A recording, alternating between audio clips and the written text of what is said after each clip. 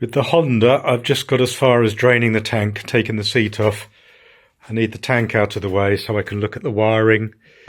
Fuse box is behind this panel, and it would seem to be the 10 amp fuse that runs the engine system. So that goes up to the run stop switch. It goes to the start, or controls the starter motor, and does the coils and the ignition. The ST ignition 10 amp kept going. It looks like there should be 5 fuses. 1, 2, 3, 4, 5. But in fact, the middle one does nothing. So that just had another spare one in it. And I've had the fuse box apart just to see if there was something up there that was shorting out, and to attach a test lead to the black wire that comes off the back. And when I was first testing it, as soon as I've just got my continuity tester on, so as soon as I touched it to earth, you could hear the sound. So I was touching it to the frame and other bits, and it was earth. Now that black wire goes up through the harness, all the way through the headlight into the switch. So I've had the switch apart just in case there was something in there that I'd altered or done something to. And it goes from there in a wire across to the other side.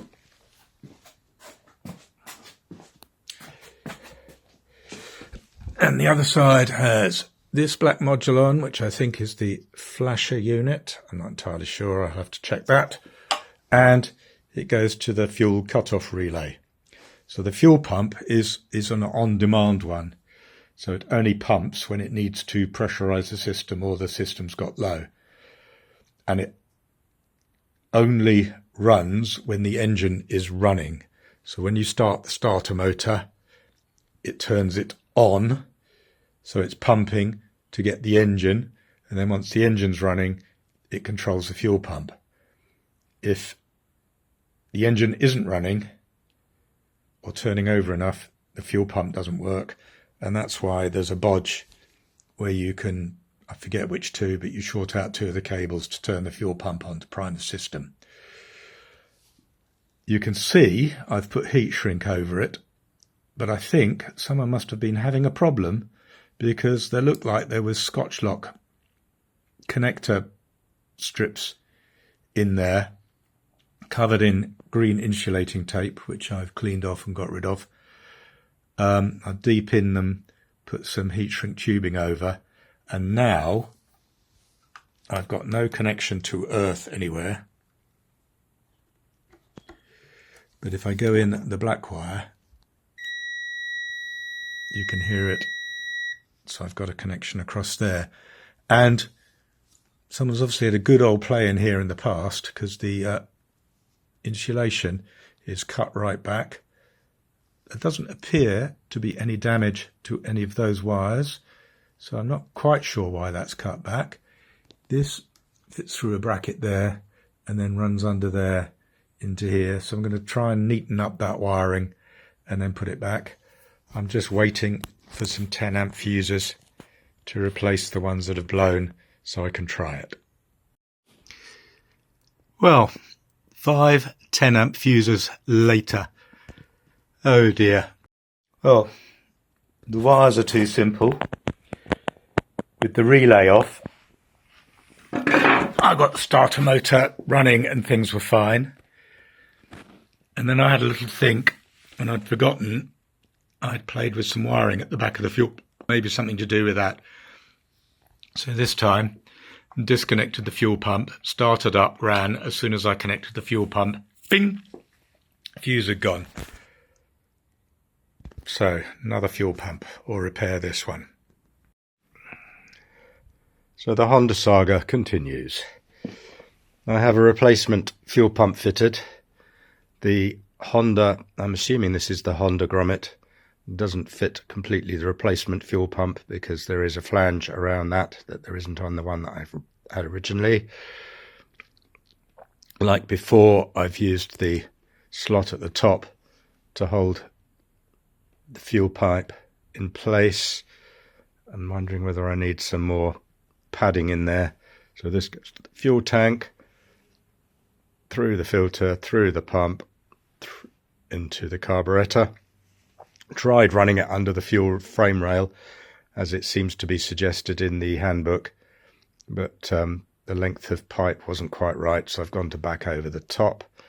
Although there is the little, I did say there's a little blip on here that it looks like this ought to clip into, but this bit's too short and I haven't replaced that yet.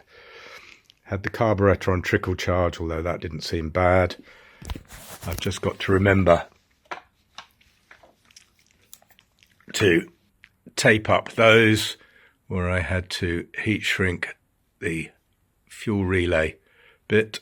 They've got to come back in and clip onto their little brackets respectively. But the other problem I have is I think that comes from the alternator, which looks okay. This end goes from the alternator to the rectifier, and that looks horribly, horribly crusty. So I don't know whether I've got to strip that back and rewire it, or I don't know. So that needs de-pinning and checking. So these are the original spade connectors. The two on the left are the ones that came out okay. The one on the right is the one that really concerned me. The cables just pulled straight out and it was really quite burnt. So, wires spliced, spades in there. They fitted okay when I test fitted them in now, but now when I put it together, they're very loose. I have a feeling that the female ends need some attention, so I may be de-pinning and looking at those. I don't really want to have to rewire that bit as well. So this lot arranged. Remember, I couldn't get any of those connectors to fit in there. Got them bundled up as neat as I can, but I'm not happy. The fuse box is screwed back into place. These two are back. Wiring's bundled up. That needs tidying, but it'll do for a moment. Fuel tank's not on, but what I want to do is just to see if it'll turn over and whether the fuse blows. I think it must be a lot easier with the proper fuel pipes, because you'll know the lengths and the positions, and it all seems very tight in here. And this time, I cannot get this bit to sit on here. But for the moment, I'm just going to run it like that, open. Potentially means a little bit of dirt comes up from the back wheel into there. But it's just a cover, and we'll have a play with that another time. After weeks of messing around of what started out as a service and ended up as a lot of other extra jobs, here we are, back up and running. Tailpiece looking a mess because of my cheap shoddy paint job. Frame looking a lot more silvery. Engine ticking over okay.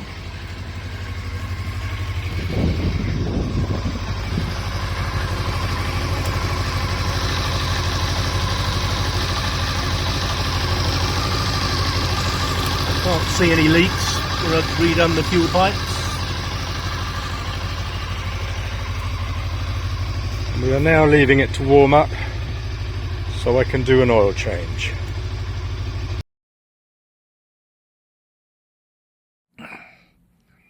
Well, the Morini's in the naughty chair now. Ran round the block with a few stutters above 6,000 RPM. I've changed the fuel pipe. I did a run to Shenfield yesterday. That's about 6 miles each way. By the time I got there, it was running horribly. It was difficult to start. Ran it back. It wouldn't pull more than about 5,000 RPM. It was only pulling third gear. I've changed the oil. I can't smell any difference in the oil. I couldn't see. There's a few sparkles, but nothing that I would worry about. So the oil seems okay. I've had the front plug out. It looks very wet with petrol, but it looks okay. I was slightly worried with the noise that the stator may have come loose, but I can't hear any rubbing coming from behind there. I think I will have it off just in case. And had some loose rivets, and there's a bit of play again. I can't see. Oh, there is a bit, isn't there?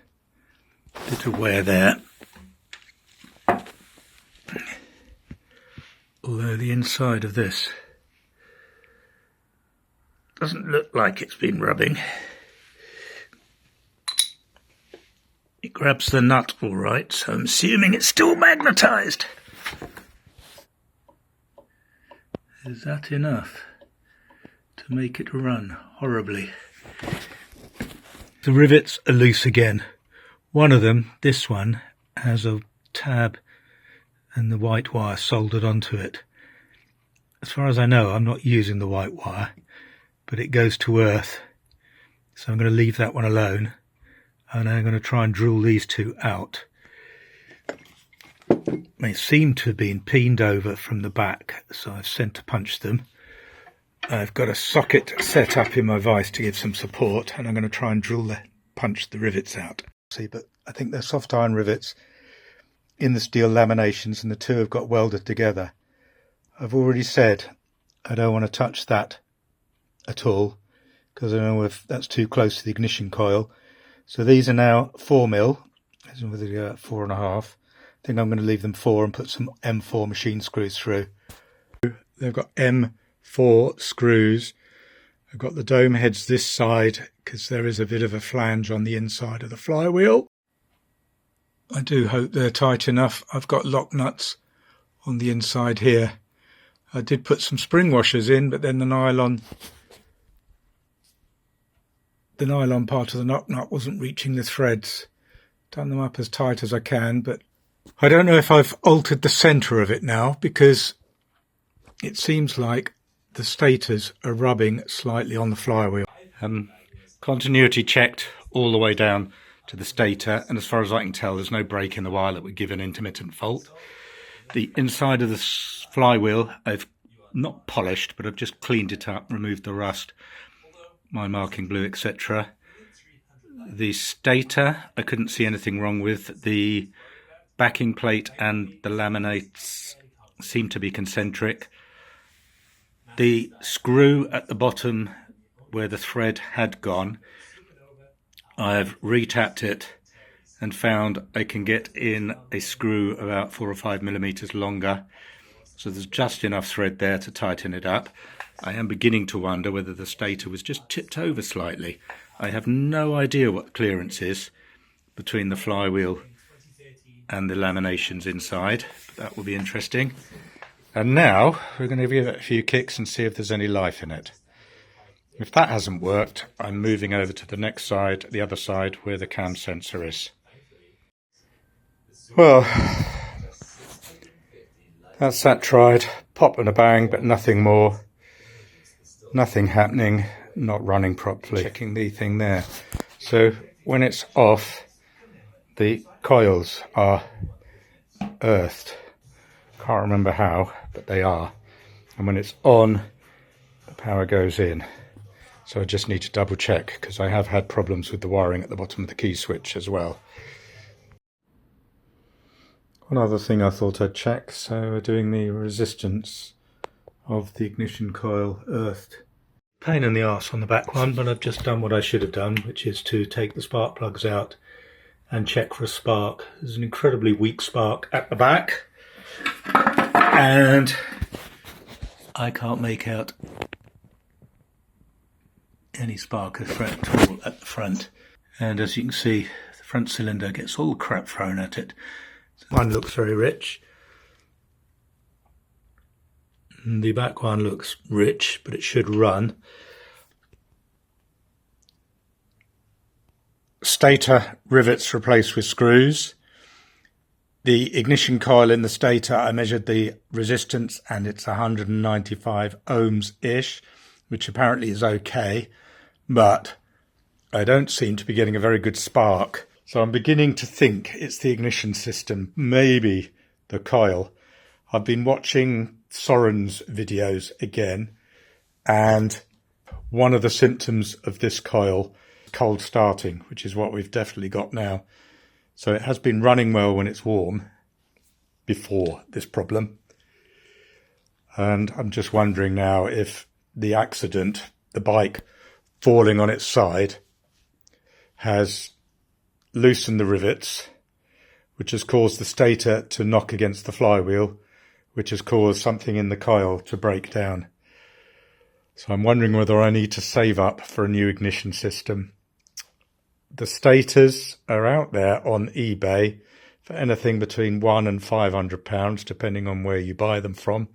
But again, you're getting at least 40-year-old piece of electrical equipment that's going to break down.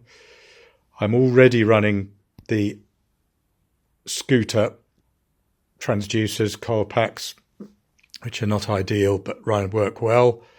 And on the other end of the camshaft is my second-hand pickup off eBay. So who knows? There's a chap, Barry, on the forum who's got the SWF ignition system. I'll put a thing on there. And works well on his 250. So I think in the new year, I'm going to have to bite the bullet on that. For the moment, the Morini stays on the naughty step and won't be going anywhere.